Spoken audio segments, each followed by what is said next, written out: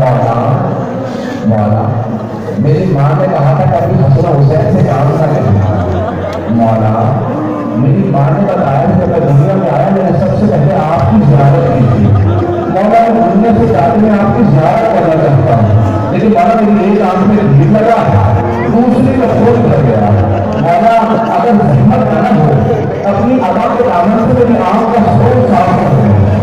ایک مرتبہ مولا حسین نے خون صاف کیا. حضرت عباس کا مولا میری ماں سے کہیے گا میں نے ماں کی نافرمانی نہیں کی. مولا میں کبھی آپ کو زحمت نہ دیتا اگر میرے ہاتھ سلامت ہو. مولا میرا نفس ہے میں سکینے سے مولا کرنے آیا تھا. مولا نے زردہ ہاتھ میں علم لیا واپس آ. بیوی نے پوچھا بابا آپ علم کیوں لائے؟ میرے چچا کہا. مولا نے فرمایا آپ کے چچا فرات کے کنارے سو گئے. بس ایک دن لگا وہ فرات کے کنارے سو گئے. جب شام قریبا میں جناب سکینہ کو شکر کا پہلا تماشا لگا, بیوی نے رونے کہا فرات کا رخ کر کے ہے